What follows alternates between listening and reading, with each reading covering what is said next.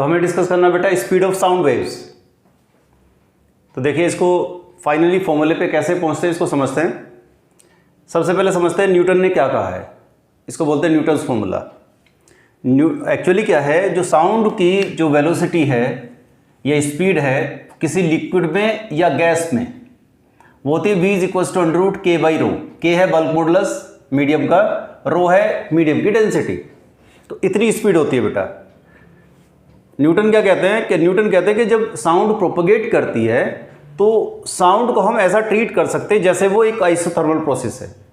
मतलब साउंड इतनी फास्ट चलती है, जहाँ पे एक्सपेंशन होता है मतलब कंप्रेशन और रेयरफेक्शन होता है ना बेटा, तो जहाँ साउंड जब चलती है तो जहाँ पे कंप्रेशन होगा वहाँ पे टेम्परेचर बढ़ जाता है, और जहाँ पर रेयरफेक्शन होगा वहाँ पे टेम्परेचर डाउन हो जाता है।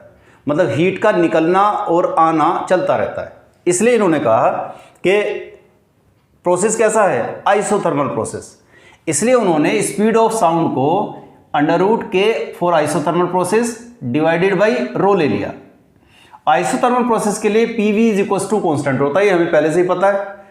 तो इसको डिफरेंशिएट कर दो दोनों तरफ, PdV + VdP = कांस्टेंट का डिफरेंशिएशन 0।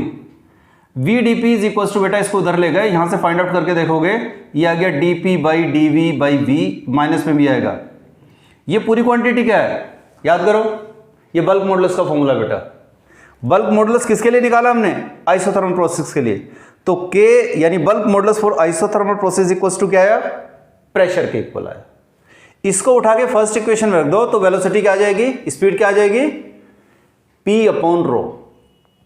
और बेटा एटमॉस्फेयर प्रेशर कितना होता है 1.013 × 10⁵, और डेंसिटी ऑफ एयर क्या है 1.29। तो बेटा यहां से स्पीड आएगी 280 मीटर पर सेकंड। लेकिन बच्चों एक्चुअल में 280 मीटर पर सेकंड नहीं है, डिफरेंस है। एक्चुअल में वेलोसिटी 232 के आसपास है मीटर पर सेकंड। तो इसका मतलब ये जो फॉर्मूला न्यूटन ने ड्राइव किया है और इससे जो वैल्यू कैलकुलेट की है वो गलत आई। इसलिए फिर बाद में लैप्लेस ने उसको करेक्ट किया, इसको बोलते हैं लैप्लेस करेक्शन। इन्होंने क्या कहा कि न्यूटन ने जो साउंड को ये माना कि आइसोथर्मल प्रोसेस है, ये गलत है। ये एक्चुअल में आइसोथर्मल प्रोसेस नहीं है, ये एडियाबैटिक प्रोसेस है। एडियाबैटिक प्रोसेस वो है जिसमें बेटा हीट का आदान प्रदान नहीं होता, ना हीट बाहर जा सकती है ना हीट अंदर आ सकती है। तो ये क्या कहते हैं लैप्लेस के, इतनी ज़्यादा फ्रीक्वेंसी होती है साउंड की, जैसे मैं बोल रहा हूँ, मान लीजिए मेरी आवाज़ की फ्रीक्वेंसी 7000 है, तो 7000 साइकिल्स बनेंगे, उसमें हीट बाहर निकलना 1 सेकंड में 7000 टाइम्स और अंदर आना इतना बहुत मुश्किल है। तो इसलिए क्या है, ये कहते हैं कि ये प्रोसेस एडियाबैटिक है। तो एडियाबैटिक प्रोसेस के लिए हम क्या लेंगे, PV⁴ = कांस्टेंट। अब इसको डिफरेंशिएट करो। जब इसको डिफरेंशिएट करते हैं, पहला टर्म कांस्टेंट, सेकंड टर्म का differentiation plus second term constant, फिर फर्स्ट टर्म का डिफरेंशिएशन और इस कांस्टेंट का डिफरेंशिएशन 0। अब यहां से कैलकुलेट करके देखो, इसको मैनिपुलेट करो, फाइनली आप पाओगे ये जो पूरी टर्म है दिस इज बल्क मॉडुलस। लेकिन किसके लिए निकाला, एडियाबैटिक के लिए। तो this is bulk modulus of adiabatic process which comes out to be γ × P। समझ आया बेटा। तो इसका मतलब क्या है कि इसके अनुसार जो वेलोसिटी होनी चाहिए that should be V = √k adiabatic/ρ, और k एडियाबैटिक इसने निकाल लिया γ_p, इसकी जगह γ_p पुट कर दो, डिवाइडेड बाई ρ आ गया। तो वेलोसिटी का एग्जैक्ट फॉर्मूला आया γ_p/ρ। जब हम इसको वैल्यूज को पुट करते हैं एयर के लिए, गामा है एयर का 1.21, प्रेशर एटमॉस्फेयर प्रेशर 1.013 × 10⁵, डेंसिटी 1.29, तब आता है 332.5 मीटर पर सेकंड। एग्जैक्टली उतना ही आता है जितना एक्चुअल में होता है। तो एक्चुअल में जो न्यूटन ने माना कि साउंड का प्रोपगेशन कैसा है, आइसोथर्मल प्रोसेस है, वो गलत माना था। लैप्लेस ने उसको करेक्शन किया, उसने कहा कि ये प्रोसेस कैसा है, एडियाबैटिक प्रोसेस है। फिर उसके अनुसार जो निकलता है वो वेलोसिटी एग्जैक्टली उतनी आती है जितनी साउंड की एक्चुअल में होती है। बच्चों अभी हमने स्पीड ऑफ साउंड निकाला।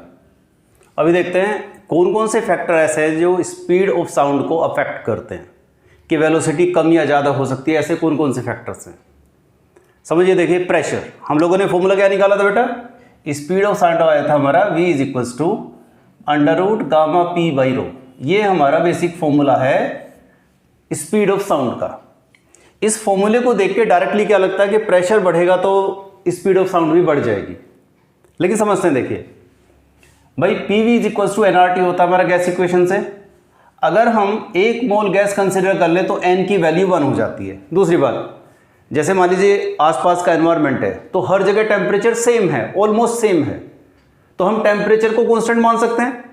तो टेम्परेचर को कांस्टेंट मान लो, एन को 1 पुट कर दो तो PV is equals to constant आ जाएगा।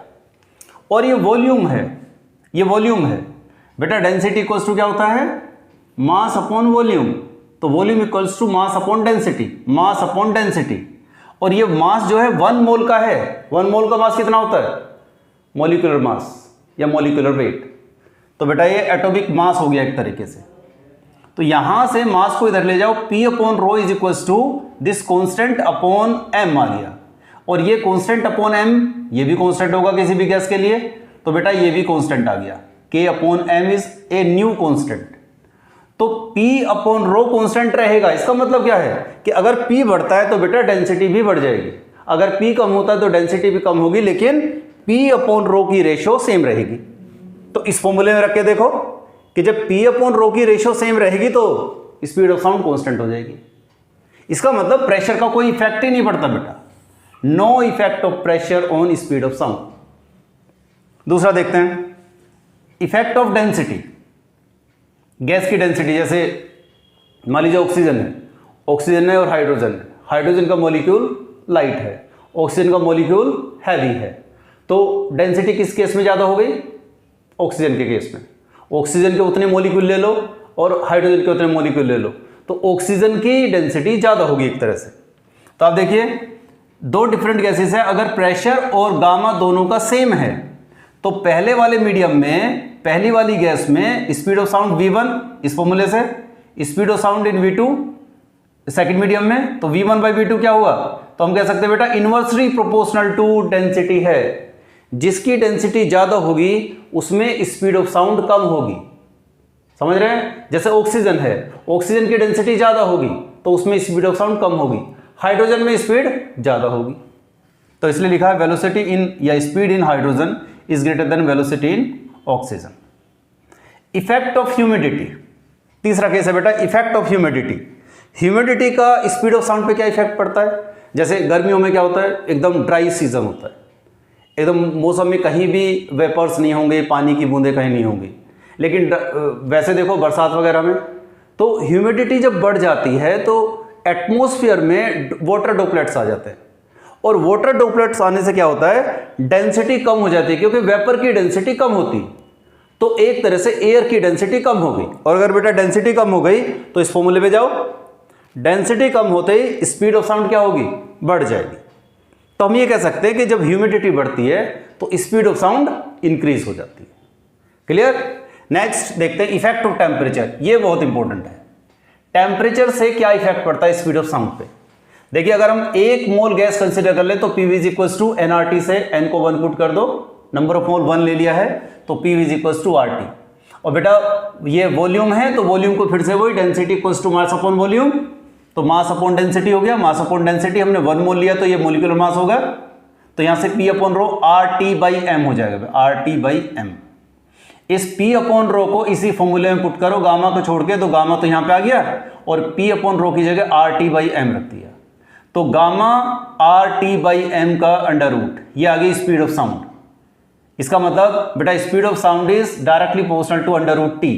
अगर टेम्परेचर बढ़ता है तो स्पीड ऑफ साउंड इंक्रीज हो जाएगी, इसका डायरेक्ट इफेक्ट है। ठीक है? इसी तरह से स्पीड ऑफ या इफेक्ट ऑफ विंड देखते हैं स्पीड ऑफ साउंड पे।